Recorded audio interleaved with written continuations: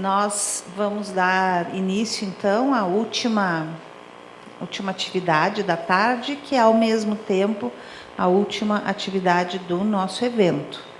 E acho que o evento, que foi marcado por momentos muito bons, por excelentes apresentações, por trabalhos que nos levaram a aprender bastante, abriram possibilidades novas da gente pensar os temas de que gostamos, se encerra também de maneira muito feliz.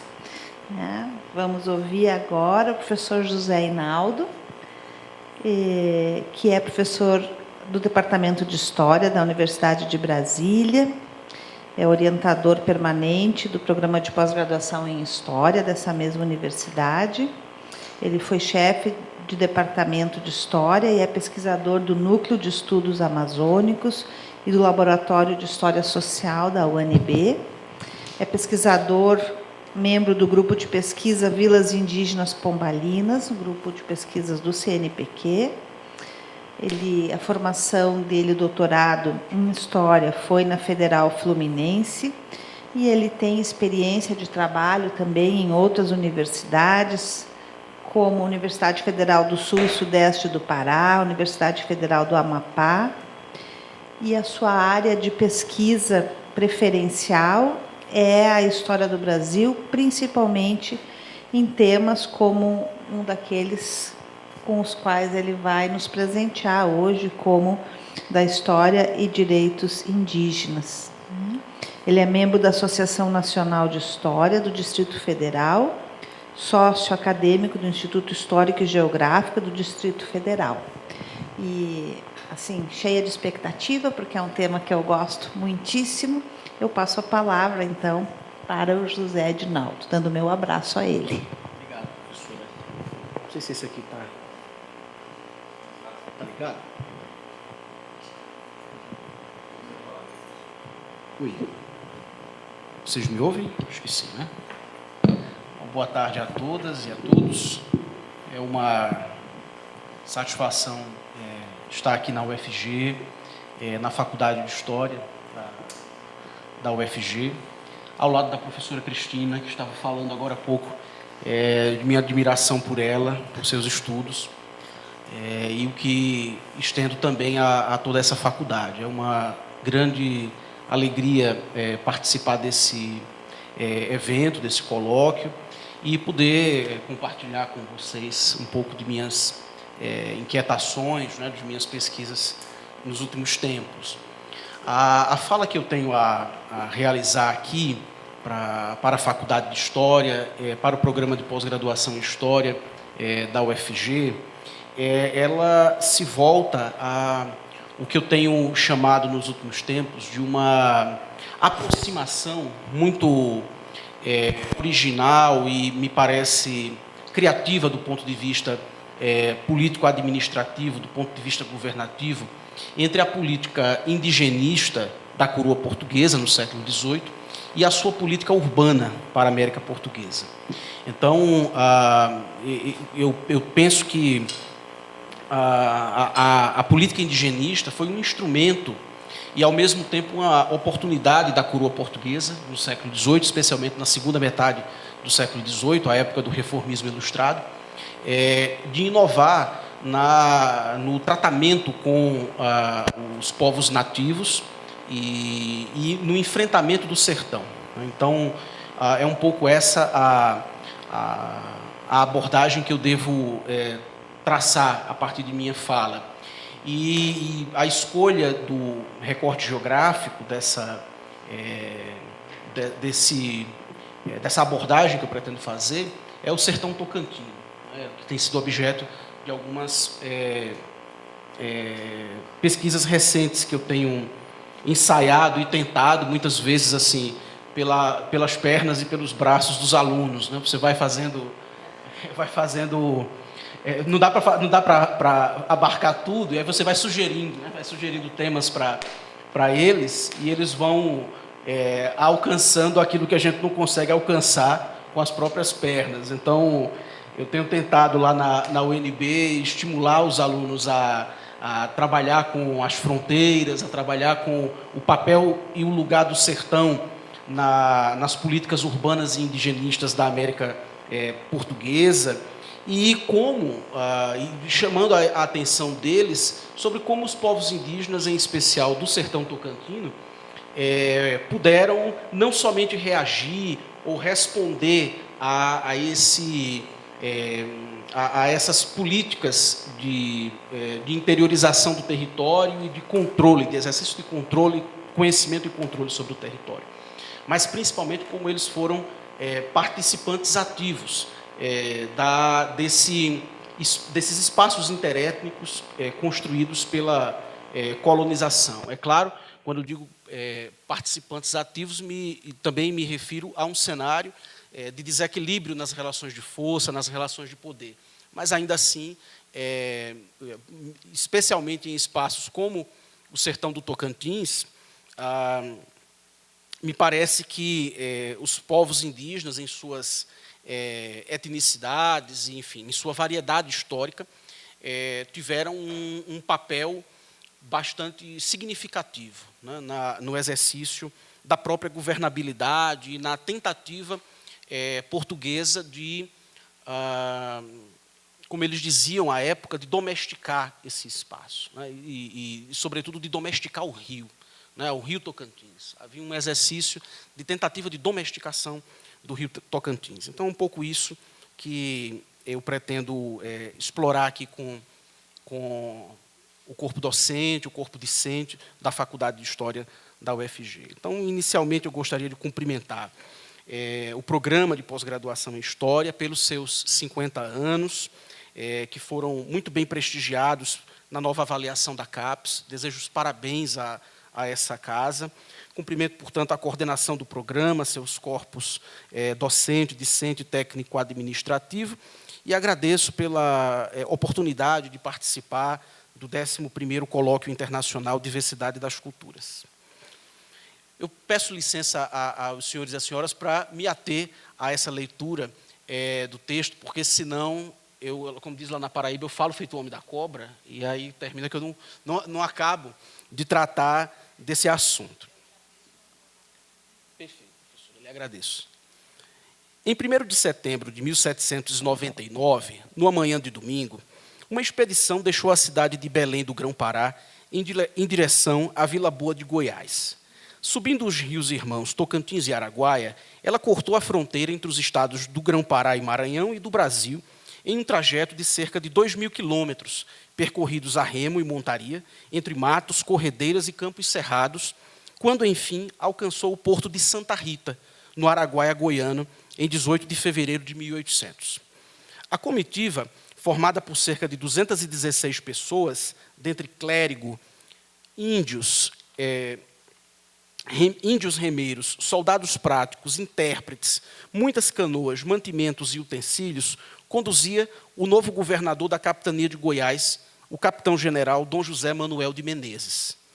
Os quase 5 meses de penosa viagem, que renderam muitas baixas humanas, cansaço e perdas materiais à tropa, foram percorridos entre o fim da estação seca e o início da estação chuvosa na Amazônia, sendo registrados em um diário atualmente depositado na coleção Linhares da Biblioteca Nacional do Rio de Janeiro. Visto em interação crítica com outras fontes do período, este típico relato de viagem do reformismo ilustrado, que combinava a curiosidade científica, o desejo por préstimos da economia das mercês e o atendimento aos planos da coroa para integrar os sertões ao império, pode refinar nossa compreensão acerca do modo português de conquistar e dominar os territórios ultramarinos. Neste tocante, ressalta-se o progressivo desejo de conhecer as bacias hidrográficas da América Lusa em uma conjuntura de intensa animosidade entre as potências europeias, na qual figuraram o conflito anglo-francês e a Revolução Americana, elementos que respingaram graves consequências sobre as agendas diplomático-coloniais das monarquias ibéricas.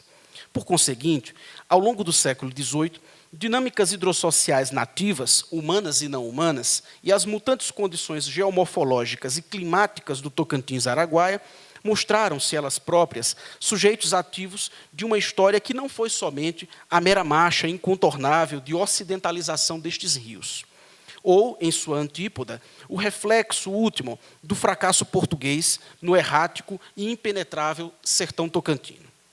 A narrativa guardada pelo diário de Dom José Manuel de Menezes exige atualmente uma compreensão historiográfica que considere as interações socioambientais e o contato, superando, portanto, antinomias como as que sugerem uma oposição irreconciliável entre cultura e natureza, civilização e barbárie, e mesmo cidade e sertão.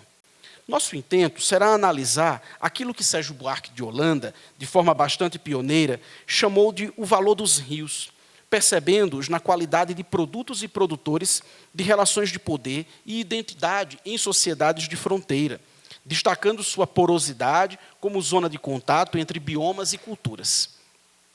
Investigando os dois rios, traspassados pela virtual e imprecisa fronteira entre os dois estados portugueses na América do Sul, o estado do Brasil e o estado do Grão-Pará e Maranhão, adotaremos a bacia hidrográfica como categoria de análise no sentido proposto por Estefânia Gallini e Diogo de Carvalho Cabral, sem duvidar que não se trata de qualquer recurso a desgastados determinismos, mas outro sim, de recuperar a historicidade das relações entre sociedades humanas e ambientes fluviais em uma época na qual o domínio português era, quando muito, precário e os cotidianos socioambientais exigiam adaptações variadas para a sobrevivência não somente dos projetos e das ideias, mas também das pessoas. Com efeito, ao escolher o caminho do Pará pelo Tocantins-Araguaia, é um fato que Dom José Manuel de Menezes inovou perante seus antecessores, que costumavam chegar à capitania de Goiás pelo porto do Rio de Janeiro, seguindo o caminho de São Paulo. Esta decisão não foi, contudo, acidental nem irrefletida, mas um poderoso símbolo das iniciativas da territorialização portuguesa sobre os circuitos fluviais nativos. Segundo Donald Oster e Gabriel Guarneiro, fazer uma história ambiental à escala dos rios pressupõe explicar as relações entre populações humanas, as relações que as populações humanas mantiveram com outras populações não humanas e com as características físico-naturais dos cursos d'água. Impõe-se, então, analisar diacronicamente os conflitos associados aos rios, incorporando os fatores sociais, políticos, econômicos e culturais, sem perder de vista a agência das próprias dinâmicas hidrológicas.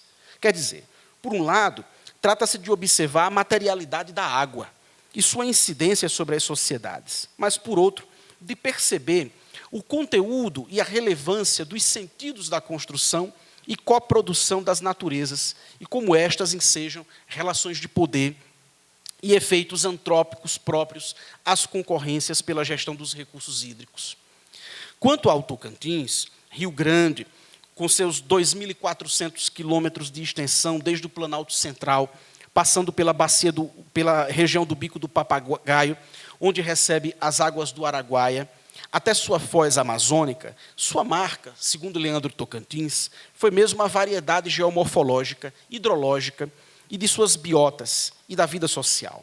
Rio multiforme, discordado por cachoeiras, contestado por pedrais, ele suscitou diferentes impressões desde que o padre Antônio Vieira, no século XVII, gravou as primeiras letras lusas a respeito de uma extinta nação indígena que o batizara Rio dos Tocantins. Para os portugueses, o Tocantins e o Araguaia, bem como seus tributários menores, como o Sono, o Paranã, o Crixás e o Rio das Pedras e das Almas, foram inicialmente rios de ouro e de esmeraldas, e sobre eles pesava o imaginário de uma riqueza bárbara, encravada em suas areias e aluviões ou no alto de suas serras. É isso que dá conta a derrota do Tocantins, relato de viagem de 1734, que descrevera o caminho percorrido por dois aventureiros desde o arraial de Santo Antônio do Campo, no Rio das Almas, descendo até Belém do Grão-Pará. Em 1734, a bacia tocantina já era devassada pelos europeus e as minas de Goiás, subordinadas à capitania de São Paulo, mobilizavam o sonho do Eldorado, quando os viajantes, aos 14 dias de penoso trajeto, arrancharam a margem esquerda de uma Itaipava, defronte de um morro muito íngreme, que nomearam Pico. Estou citando a fonte. Iniciaram, então, uma pequena escavação e encontraram indícios do metal dourado. Para sua frustração, após uma noite de descanso, amanheceu no seguinte dia, o rio com 8 palmos de altura de água, que cobriu todo o serviço que tinham feito a princípio. Naquele momento, se a água levara o ambicionado oásis, as faisqueiras, roças e choupanas avistadas demonstravam ser aquele rio percorrido por diferentes sujeitos. Notícia que já chegara em Lisboa desde o alvorecer do século XVIII, quando o rei Dom João V dobrou-se ao ouro do Brasil. Em provisão de 8 de julho de 1719, destinada a Bernardo Pereira de Berredo, governador e capitão-general do Maranhão, Dom João V expressou a grande expectativa, abre aspas, sobre os descobrimentos do rio Tocantins, fecha aspas, cuja fama de muitos haveres que poderiam resultar em interesse da Real Fazenda já tornava muito recomendado o seu reconhecimento, embora assegurado como missão secretíssima apenas a pessoas de toda confiança, como expressamente ressalvou o rei na missiva. No regimento passado ao comandante Diogo Pinto de Gaia, abre aspas, a propagação do rebanho católico, como também o aumento desta monarquia, fecha aspas, aparecem como as duas faces de uma mesma intenção, aportuguesar o rio por meio da cruz e da espada. Entretanto, a resposta vinda do Pará foi de um flagrante insucesso na missão organizada por Pereira de Berredo e capitaneada por Pinto de Gaia, que resolveram mandar uma tropa ao descobrimento do rio Tocantins e Araguaia, movidos da notícia de que naqueles rios havia minas e muitos haveres. Seguindo pelo Araguaia, chegou à altura de 13 graus ao sul e, não achando nele mais que gentio bravo e terras incultas, cito a fonte novamente, resolveu entrar no Tocantins. Porém, cansados da longa marcha, muitos soldados desertaram e fugiram a maior parte dos índios aliados que acompanhavam a missão. Alguns anos mais tarde, já no governo do proativo João da Maia da Gama, outra provisão de Dom João V ordenava o envio à corte dos caixotes de pedras preciosas, supostamente recolhidas junto às obscuras fronteiras com os domínios franceses, holandeses e castelhanos, no Oiapoque, no Tapajós e nas serras de Araguaia e de Tocantins, cito a fonte. O que assinala o indisfarçável e continuado envolvimento de Lisboa com as investidas sobre espaços de litígio diplomático e interimperial. Neste primeiro momento, além de garantir o sigilo das incursões, a política de segredo da coroa portuguesa tentou cerrar as portas dos rios do centro-norte para desautorizados estrangeiros e contrabandistas locais. Em 1739, quando as minas de Goiás ainda eram governadas pela capitania de São Paulo, o capitão-general Dom Luís de Mascarenhas deu conta do cumprimento das determinações régias de 1737, que haviam proibido a comunicação por terra ou rios navegáveis com o Pará. Doravante, por volta de 1741, o mesmo Luís de Mascarenhas, em carta ao conde de Bobadela e governador das Minas Gerais, Gomes Freire de Andrade, externou as dificuldades enfrentadas no combate às agitações dos potentados mineradores do norte tocantino, como Natividade, São Félix, Remédios e Terras Novas. A despeito dos rigorosos castigos aplicados àqueles que tomavam o caminho do Pará e do Maranhão para descaminhar ouro, cometer crimes e praticar diabruras opostas à fé católica, como diziam à época. Na verdade, Mascarenhas duvidava da eficácia da vedação das comunicações como estratégia de gestão dos recursos hídricos, apontando os prejuízos, porventura, colhidos, como no governo espiritual, já que o acesso por Belém do Pará poderia facilitar a chegada de religiosos naqueles sertões. Combinada com o preposto fechamento das fronteiras com o Maranhão e Grão-Pará, a resposta régia ao desgoverno do Tocantins-Araguaia conjugou-se a instalação de Vila Boa e de sua Câmara, em 1739, seguida da formação de uma rede urbana composta de julgados e arraiais, com sujeição à nova municipalidade, cuja jurisdição, embora extensíssima, exercia-se com grande precariedade de meios e baixíssima efetividade. Com a autonomia das Minas de Goiás, em 1749, conferiu-se maior peso institucional à Vila Boa, que se tornou cabeça da nova capitania. Porém, isso não foi suficiente para debelar os desafios impostos ao governo das comunidades mineiras que iam se formando ao norte do Tocantins. O descaminho do ouro e os conflitos entre colonos e nativos nesta interativa e movente fronteira, que para os portugueses, e apenas para eles, era o limite entre os estados do Brasil e do Maranhão e Grão-Pará, ainda carece de mais pesquisas. Não obstante, os elucidativos estudos, por exemplo, de Maria Verônica Campos e Fernando Lemes, terem revelado uma área clivada por agitações, intercâmbios e conflitos jurisdicionais. É conhecido que autoridades como os governadores do Maranhão e Grão-Pará, de São Paulo e de Goiás, ouvidores e religiosos, tenham protagonizado inúmeras contendas a respeito dos espaços de poder no âmbito do militar, na aplicação da justiça, na cobrança dos direitos e impostos e no governo das almas. Entre as décadas de 1730 e 1740, pelo menos 15 pontos de exploração mineira consolidavam-se no Médio Tocantins, afamando progressivamente a região e preocupando a coroa. Ao lado dessas instâncias do governo colonial, instaladas nas localidades, classicamente Oswaldo Ravagnani, em artigo do final da década de 80, explicou que os primeiros aldeamentos indígenas instalados em Goiás, entre 1740 e 1774, ao dispensarem o uso de sua força de trabalho na economia aurífera, visaram apenas promover a limpeza do terreno, confinando e afastando nações indígenas para longe dos núcleos mineradores. Foram exemplos desta primeira fase da política indigenista, que alcançou o reinado de Dom José I, a instalação dos aldeamentos de São Francisco Xavier do Duro e São José do Duro, que abrigaram os Chacriabá e os Acroá, respectivamente. Todavia, com o declínio do ouro, já visível nos anos 1750, os territórios indígenas às margens dos rios e riachos da bacia tocantina passaram a sofrer forte e imediata pressão, aumentando o estado de beligerância que tomou ares de guerra aberta entre índios e colonos.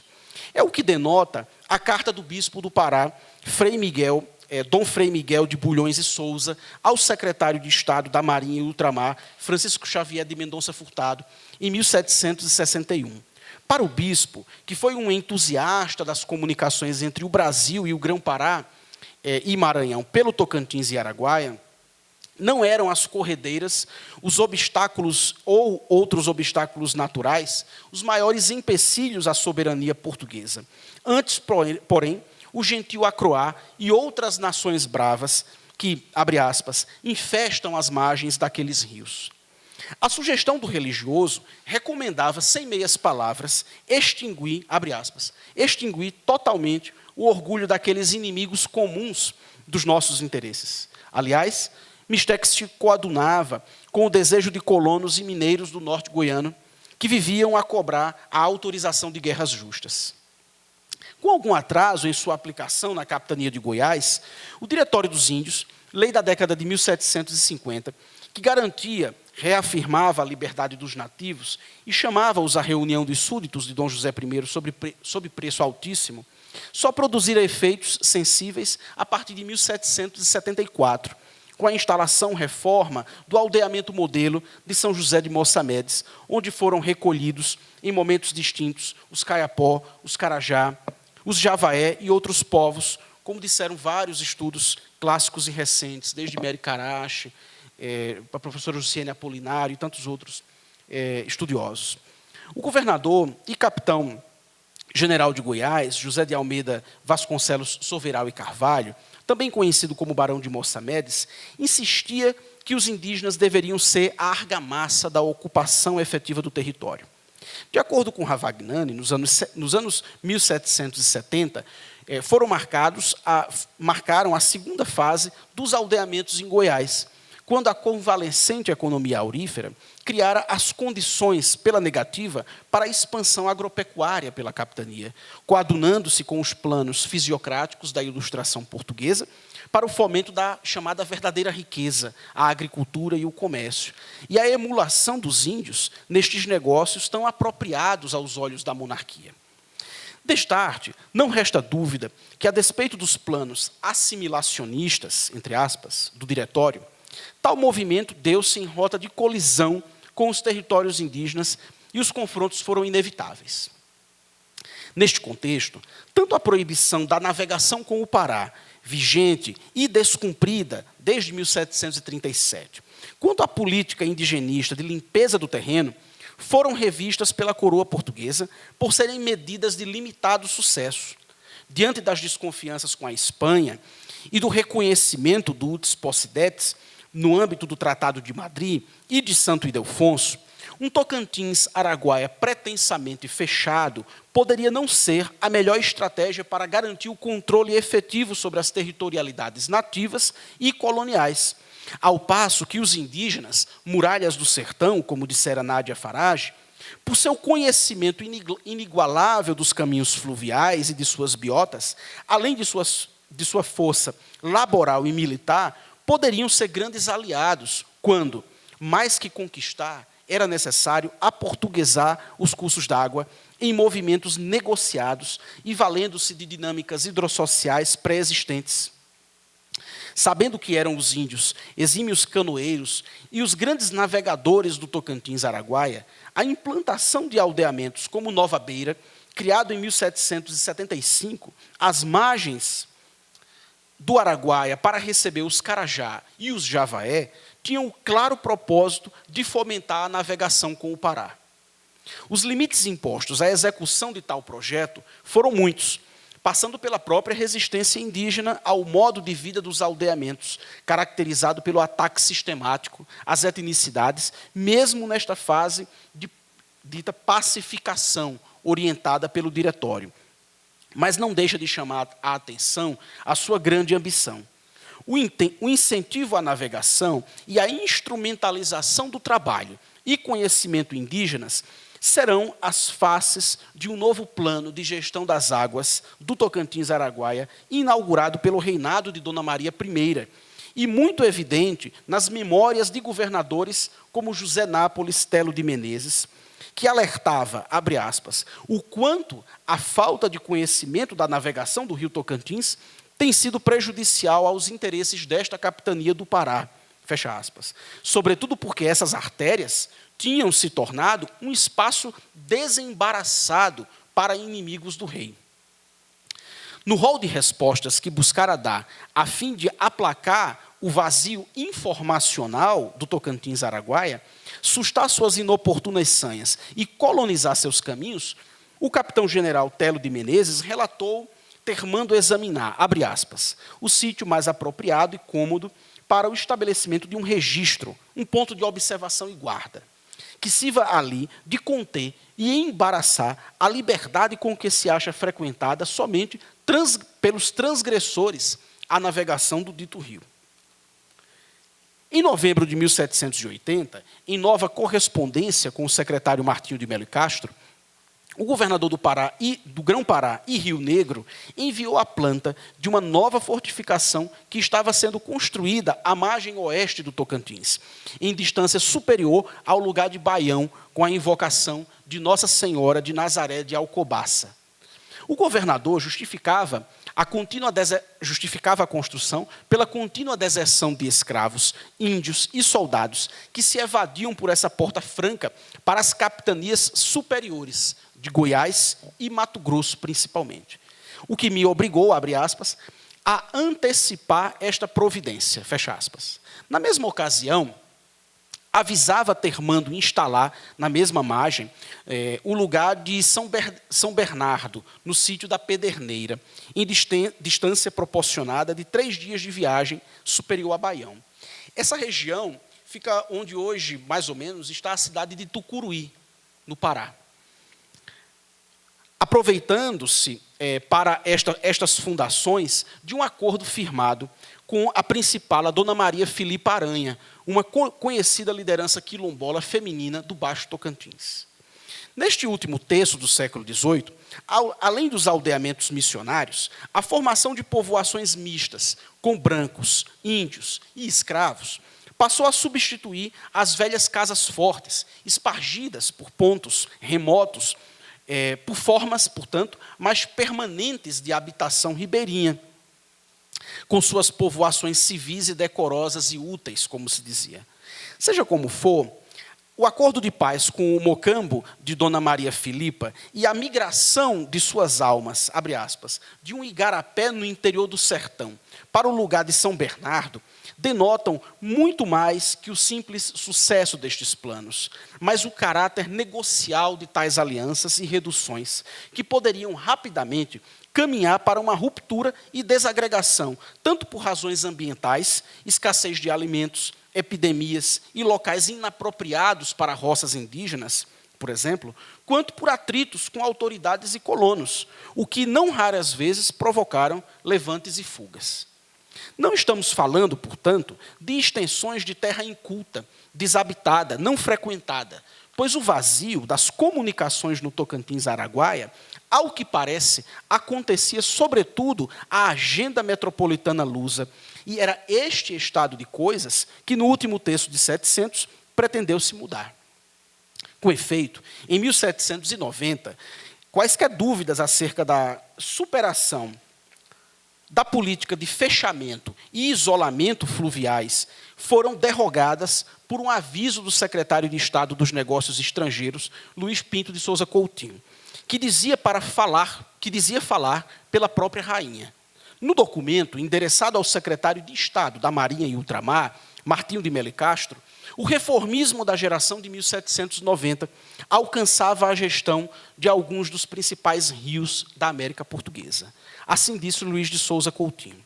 Me recomendou a rainha, dissesse a Vossa Excelência, que era preciso que extinguisse de uma vez por todas a proibição que se acha existente por efeito de uma provisão do Conselho Ultramarino da navegação do rio Tocantins, que pode ligar com tanta facilidade o comércio do estado do Pará com a capitania dos Goiáses, como também a navegação do rio Xingu e Tapajós, cujas fontes se avizinham tanto de Cuiabá, por lhe parecer absurdo que subsistam hoje semelhantes proibições. A gente termina falando igual ao documento, né?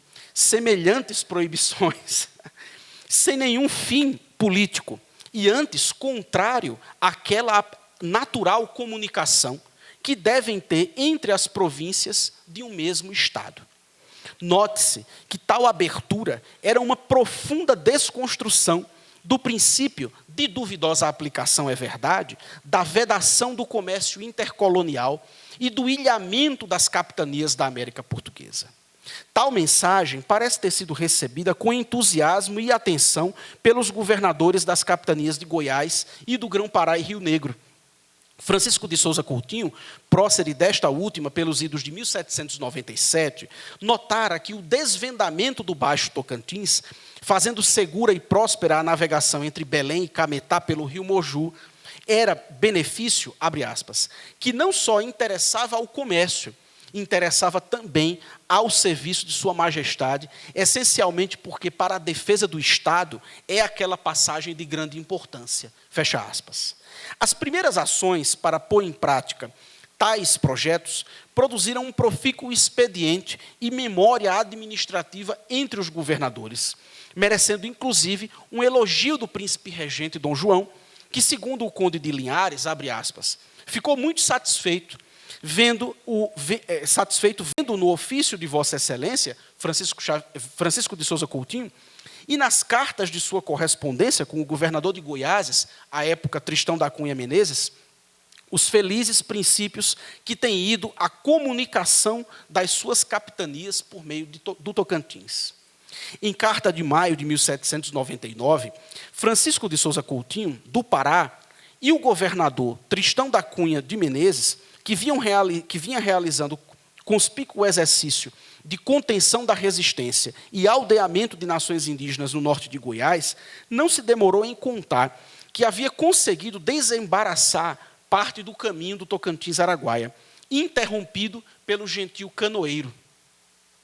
Para este governador, acabar com o histórico de guerras com os indígenas, sujeitando-os à paz, era condição sine qua non para a obtenção dos resultados esperados com o povoamento da bacia e aumento das trocas comerciais. A propósito, otimista, o governador de Goiás animava-se com a provisão de privilégios que estimulassem a chegada de novos entrantes à região, como a moratória de dívidas e a concessão de 6 marias para a implantação de fazendas de gado. Tais notícias e propostas foram muito bem recebidas em Belém. De sua parte, Francisco de Souza Coutinho propugnou diversas ações sobre os rios Tocantins e Araguaia, como a que previa a construção de um novo registro na confluência do Araguaia e Tocantins, na razão de evitar o extravio de ouro e diamantes. Também considerava a instalação de 2 destacamentos militares e estabelecimentos com pequeno contingente populacional, sendo o primeiro, pouco mais ou menos, na vizinhança de Carajás, e o segundo, na confluência do Araguaia e Tocantins, na vizinhança também dos Apinagés. Sua ideia era que esses núcleos atuassem juntamente com os indígenas no cultivo de víveres para socorro e refresco dos viajantes e no apoio à navegação. Algo que chama a atenção é a ciosa preocupação deste governador para que o contato com as comunidades indígenas fosse feito com a máxima cordialidade, evitando afugentá-los. Ao contrário, procurando-os com presentes, sem, portanto, lhes mostrar medo. Cito a fonte. Enfático e ainda afinado com o espírito do diretório, Souza Coutinho advertia, abre aspas, que os que não souberem ou não puderem proceder a respeito deles de tal modo, dos indígenas, por certo que não são capazes para semelhantes diligências. Fecha aspas. Não é preciso dizer que gerir a bacia do Tocantins-Araguaia, segundo os propósitos do reformismo ilustrado da década de 1790, dependia da preciosa cooperação indígena, e o alto oficialato régio em Vila Boa, Belém e em Lisboa sabia ciosamente disto. A concretização prática destas expectativas era, nada obstante, o resultado de uma complexa experiência socioambiental local, que, embora envolvendo-as diretamente, extrapolava a capacidade destas autoridades de intervir unilateralmente nos cursos das histórias do Tocantins-Araguaia. De toda sorte, quando o governador de Goiás, José Manuel de Menezes, com o qual iniciamos esta fala, resolveu adentrar em sua capitania por estes rios e seus afluentes, atravessando o dificultoso trajeto desde Belém até Vila Boa, deu prova cabal da seriedade deste propósito. Em setembro de 1800, a expedição do governador deixou o porto de Belém, ainda durante o tempo seco, o que foi uma escolha feliz, com um início alvissareiro para a jornada, que, se feita no inverno amazônico, poderia ser rapidamente atravancada por tempestades, repiquetes e etc. Apesar de um início promissor, sabiam que a temporada de chuvas estava por chegar, o que só aumentava o receio das Itaipavas, os famosos pedrais, que muitas vezes ficavam encobertas quando sob neblina, representando um dos maiores riscos, sobretudo quando a tropa se achava cansada e encharcada. Os famosos pedrais, ou Itaipavas, lá e refúgio de várias espécies hoje ameaçadas de extinção na bacia tocantina, poderiam facilmente destruir as canoas e malograr a viagem. Entretanto, para além do temor que provocavam, importa considerá-los também como relevantes marcadores, utilizados habilmente pelas cartografias indígenas do Rio, que rasgavam esses caminhos por varejão, desviando os barcos dos obstáculos visíveis e até dos invisíveis. Sem a aplicação daquilo que Sérgio Buarque de Holanda classificou como um miraculoso senso de orientação nativo, a navegação luso-brasileira teria tido poucas chances de avançar nesses rios. Se o trânsito podia ser atravancado por causa da invisibilidade das rochas e da matéria orgânica submersa e acumulada após o alagamento das florestas de várzea, águas baixas não representavam um esforço menor. Pelo contrário, com o pouco volume hídrico, nem sempre era possível remar com varejão, e as canoas precisavam ser carregadas a pé e nos braços por longos trechos, sempre com muito custo das tropas. Todavia, devemos desconfiar de uma visão implacável dessa natureza, que a enxerga apenas como um obstáculo a ser superado pela cultura e técnica humanas. Ainda que essa imagem seja, sim, aquela mais facilmente identificada nas narrativas coloniais setecentistas, portadoras de um sentido conquistador, heróico do humano e embrutecedor da natureza. Destarte, pelas entrelinhas desse tipo de fonte histórica, é possível perceber que as sociobiodiversidades e a física do rio foram muito mais que simples embaraço. Antes, sustentaram materialmente os trajetos, ao passo que as territorializações coloniais sobre o Tocantins-Araguaia não puderam simplesmente afastá-las, como puderam eventualmente cogitar. É o caso de acidentes geográficos como os remansos, as enseadas, as praias e as cachoeiras, generosos pontos de repouso, reabastecimento e reforma de utensílios, como ocorreu em certo dia, quando a expedição do governador, estacionada próxima à cachoeira de Itaboca, aproveitou-se para recuperar as peneiras usadas no fabrico de farinha de mandioca, alimento indispensável à alimentação dos navegantes. O concerto era feito com cipós e palmeira, como o ubi, que podiam servir ainda ao beneficiamento de estopas e cordas necessárias à navegação e ao reparo dos barcos, frequentemente avariados pelas mutantes condições meteorológicas e hidrológicas amazônicas. Por sua vez, o tamanho da expedição do governador José Manuel de Menezes, com seus mais de 200 homens, foi um problema constante nos quase 5 meses de viagem. Alimentar tanta gente e mantê-la saudável, livre de febres e outras doenças, era uma tarefa quase impossível e que dependia necessariamente dos índios, fossem os expedicionários ou mesmo das várias comunidades espalhadas pelo caminho, que facultavam acesso à farmácia e culinária nativas. Eles também atuavam como canoeiros, carregadores, intérpretes e práticos. Ainda eram os responsáveis por caçadas e pescarias, que, a depender da época do ano, poderiam não dar o resultado esperado e pôr a tropa inteira em necessidade. Junto com a farinha de mandioca, levada em peneiras feitas com palha de umbiaçu, e outras plantas, como dissemos, a captura de animais como o pirarucu, os macacos, tartarugas, veados, e o fornecimento de frutas e hortaliças pelas comunidades de Apinagé e Carajá, localizadas próximas do rio, impediram, de resto, que o comboio do governador morresse de fome, quando os suprimentos portugueses, como a farinha de trigo e os biscoitos, acabaram. O próprio Menezes reconheceu que a alimentação indígena era a solução para suprir as carências da expedição. Como artífices destes rios, os indígenas também eram os responsáveis pela nomeação de acidentes geográficos e pela cartografia dos lugares, como nos casos do canal do Tauari, na Barra do Itacaiunas, ou na ilha do Bananal, da banana, à época, como se dizia nessa fonte, supostamente nomeada em homenagem ao pai do chefe dos Carajá, quando da passagem do governador. Mas estes povos não estavam ilesos às invasões invisíveis de seus corpos e territórios.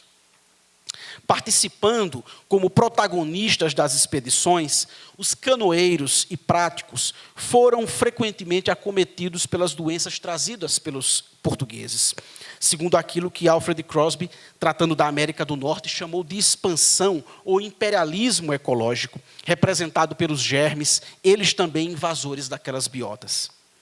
Em janeiro de 1801, já se contavam 38 índios adoentados, acometidos de dores de cabeça, erupções e inchaços na pele e febre alta, sintomas frequentemente associados à varíola. o resultado prático das mudanças que narramos para a agenda lusa a respeito dos rios Tocantins e Araguaia foi a produção de narrativas portuguesas mais vivas de seus ecossistemas e sociedades humanas e não humanas, bem como de seu funcionamento, ainda que permeadas pelo etnocentrismo colonial típico.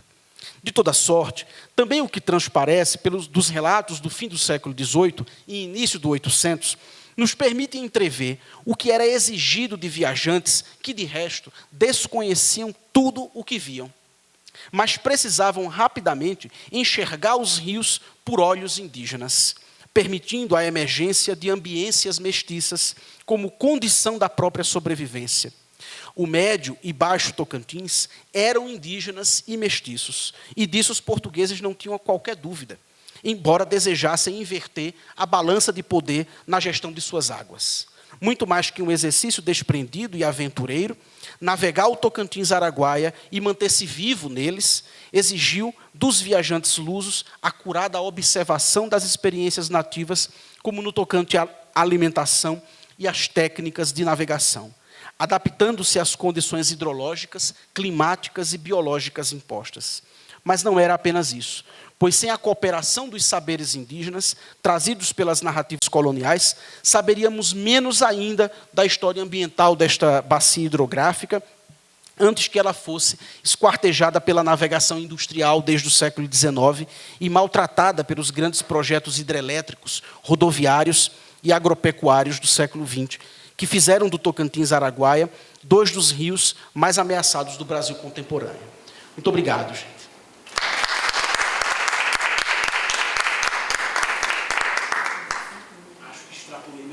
Ah, José, parabéns. Muito, muito bacana. Adorei também. A Marluza trabalha com história ambiental, rios, bacias hidrográficas. Não é uma pena não ter trazido. Porque para a gente é um universo, assim, embora o Tocantins seja um rio tão importante, né? É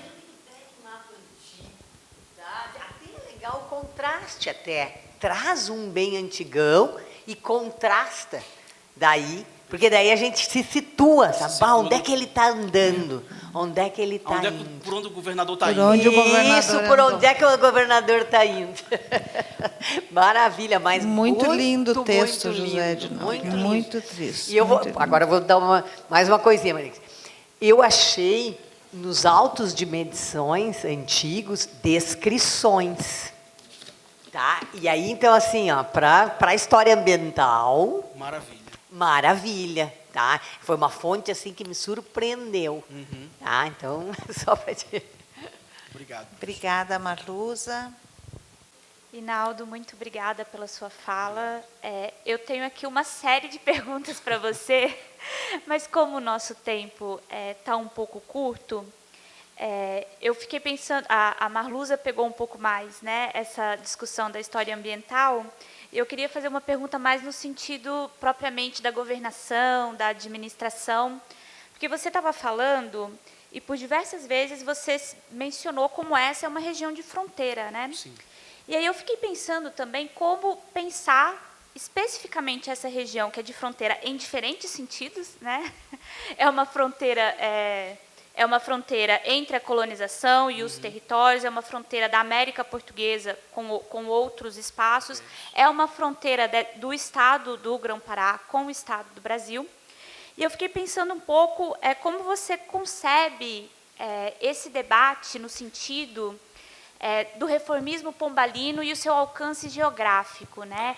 Até que ponto as políticas pombalinas se restringem um pouco mais ao norte, né? Há um pouco esse debate na historiografia, né? Se pensar, por exemplo, Rio de Janeiro, Minas Gerais, seria possível, né? E como está justamente numa região de transição, né? Como que conceber um pouco essas políticas. Uma outra pergunta também associada a isso é sobre a relação entre o reformismo pombalino e os projetos reformistas de finais do século XVIII, principalmente na figura do Sousa Coutinho. Né?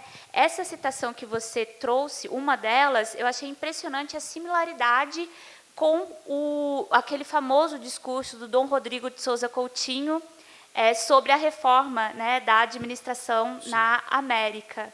Né, e é um pouco anterior, né, o discurso, se não me engano, é de 1799. Eu acho que a sua citação é início da década de 1790. Né?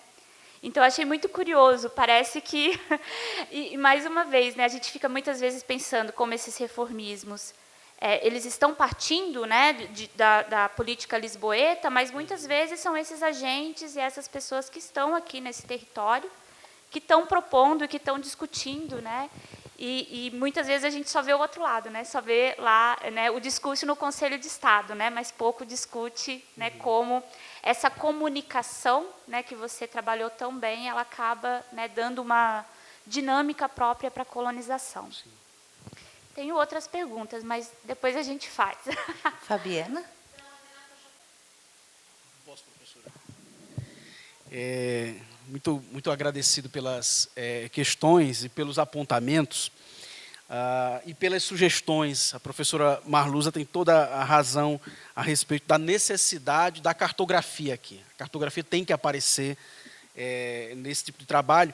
E curiosamente, sobretudo para a primeira década do século XIX, tem muitos mapas. Né? A Biblioteca Nacional tem uma mapoteca do Tocantins interessante, embora muitas vezes de autoria desconhecida. Os mapas são sem identificação, mas muito interessantes. Sobre a fronteira tocantina e o reformismo pombalino. Eu acho, Renata, que o que mais me chamou a atenção quando eu comecei a ler e a estudar as fontes dessa fronteira é exatamente essa pluralidade fronteiriça que o Tocantins-Araguaia possuía naquele momento. Né? As relações entre os dois estados da América Portuguesa, que geralmente são colocadas no mesmo bolo, chamamos tudo de Brasil. Né? A partir dessa história da fronteira tocantina, elas ficam muito mais esclarecidas, porque no fim do século XVIII realmente era um problema, se tornou um problema para a coroa o distanciamento entre os dois estados. Né? Havia um plano, de certo modo, integracionista, que vai ser esboçado, sobretudo pelo Sousa Coutinho, pelo Conde de Linhares, né? E reunir esses dois estados, que no fim do século XVIII nem eram mais somente dois, eram 4. Né? No fim, eu nem coloquei isso aqui na minha fala, mas a parte das fontes que eu citei já foram escritas numa realidade jurisdicional em que a América Portuguesa é composta por 4 estados políticos, por quatro entidades político-administrativas diferentes. O Brasil, 3, né? O Brasil, o estado do Grão-Pará e Rio Negro, e o estado do Maranhão e Piauí. Então, são 3 ali organizações pós-1770. Né? E o Sousa Coutinho tinha de fato, aparentava ter uma preocupação muito grande em estabelecer caminhos de interação comercial e de apropriação colonial desses espaços. O que é que eu acho que... Você destacou um ponto, Renata, que eu acho está ali nas minhas principais preocupações, né, que é esses diferentes reformismos ilustrados. Eu acho que, pelo menos até um momento emblemático talvez da projeção do Conde de Linhares no mundo imperial português, dá-se exatamente, enfim, uns nascem, outros morrem, né, com a morte do Martinho de Melo e Castro.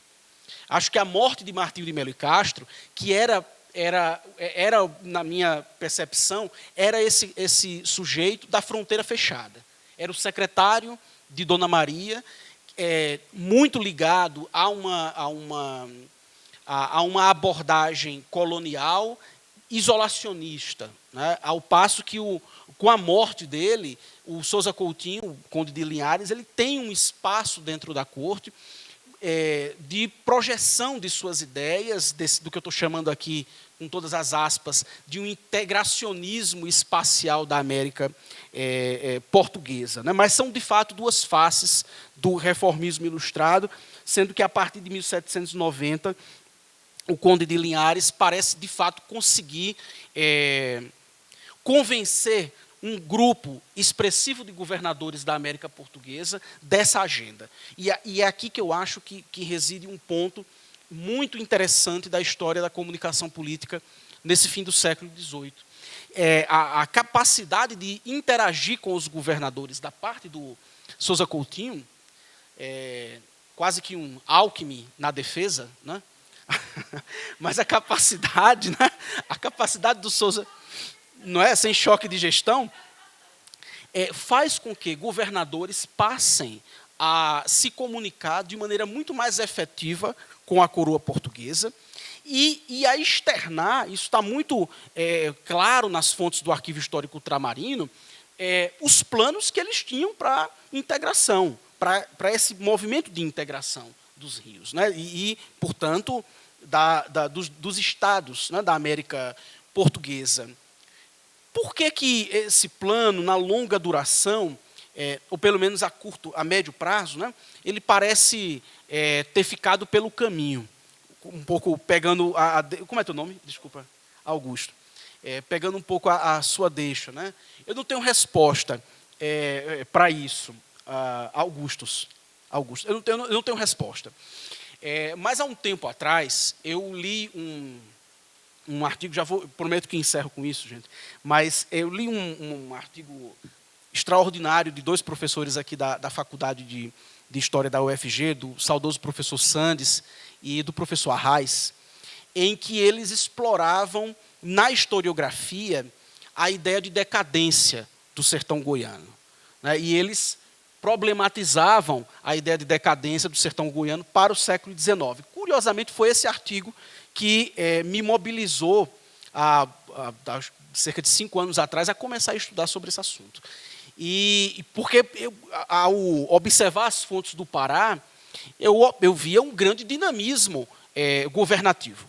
Né? Um grande dinamismo, nem sempre os planos, as ideias conseguiram lograr o êxito que os administradores do Império desejavam. Né? Mas o fim do século XVIII, uma época, curiosamente, de crise da economia aurífera, ao menos de um ponto de vista da história política dessa fronteira, uma época de franca produção administrativa. Né? Então, isso é algo que, talvez a ideia de decadência aplicada ao século XIX não dá conta de explicar por que, em plena crise da economia aurífera, a coroa portuguesa, a partir de Lisboa, e as capitais dessas capitanias, as cabeças das capitanias e seus governadores, estão o tempo todo produzindo uma comunicação política extremamente efetiva e esboçando planos de integração fluvial que envolviam não somente Pará e Goiás, mas também Pará e Mato Grosso. Acabou de sair uma tese orientada pelo professor Rafael Chamboleron, da UFPA. Estou tentando lembrar o nome da autora, inclusive uma colega da UFOPA, da Federal do Oeste do Pará. E eu trabalhei aqui com um pouco, né, com o sertão tocantino, ela trabalhou com o Xingu, na tese de doutorado dela, uma tese magnífica, que exatamente explora as comunicações políticas entre governadores do Pará e de Mato Grosso, um pouco nesse sentido. Então, essa região, esse espaço, né, essa espacialidade indígena, mais progressivamente colonial, né, não quero ser progressista com isso, nesse sentido, né, do progresso e tal, mas era esse o script, era isso que se esperava, que esse território se tornasse um território colonial. Ele estava longe de ser um território periférico. Né? Então, ao menos do ponto de vista das atenções que a coroa portuguesa a ele dava.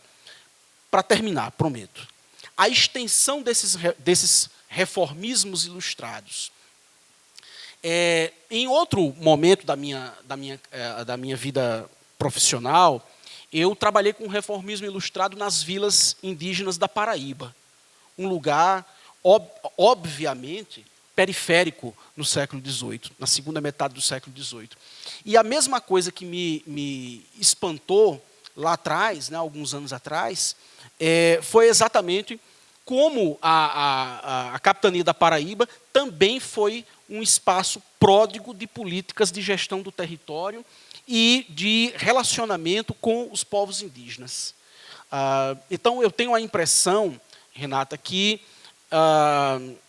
esse reformismo ilustrado da geração de 1790, que não é apenas o Rodrigo de Souza Coutinho, mas tem ele como uma espécie de rosto, né, foi um reformismo de uma extensão realmente incrível para a época, a nível de produção de documentação administrativa. Eram governadores que escreviam muito, relatórios, censos, né, entre aspas, mas ali no fim do século XVIII, relatórios demográficos extremamente ricos. Então, fora outros tipos de relato da natureza, das florestas, dos animais. Então, realmente há uma extensão política, eu acho, muito significativa dessas atividades do reformismo ilustrado nos anos 90, e que alcança até esses lugares, digamos, sabidamente ou ditamente periféricos, lugares que aparentemente ninguém dava dando muita atenção. Né? Bom, gente, não sei se fui claro, mas agradeço. Estou à disposição de vocês também. Obrigado. O professor Cristiano teve que sair, pede desculpas, acho que ele tem uma questão com as filhas, pegar no colégio. Deixou um abraço e me pediu que eu agradecesse, então, a todos que estiveram aqui. Nós que ficamos aqui até o fim, praticamente todos falamos, né? E acho que construímos aqui um bom circuito de ideias, de temas, de áreas de interesse, de aprendizado, também de coleguismo, de sociabilidade, né? E de, como a gente começou dizendo, de felicidade pela semana que a gente passou a viver depois do encerramento do processo eleitoral. Ainda sob certa tensão, mas muito melhor que estávamos um dia antes, né? Ainda um pouquinho sobressaltados, esperando que o tempo passe rapidamente, que chegue o dia da posse, mas muito, muito melhores que estávamos. Assim como saímos melhores também pela oportunidade de estarmos juntos, de nos conhecermos, conversarmos e termos contribuído para a construção coletiva do 11º Colóquio Internacional de Encontro das Culturas, esperando que possamos estar no 12º de novo. Tá? Um beijo em todo mundo. Tchau.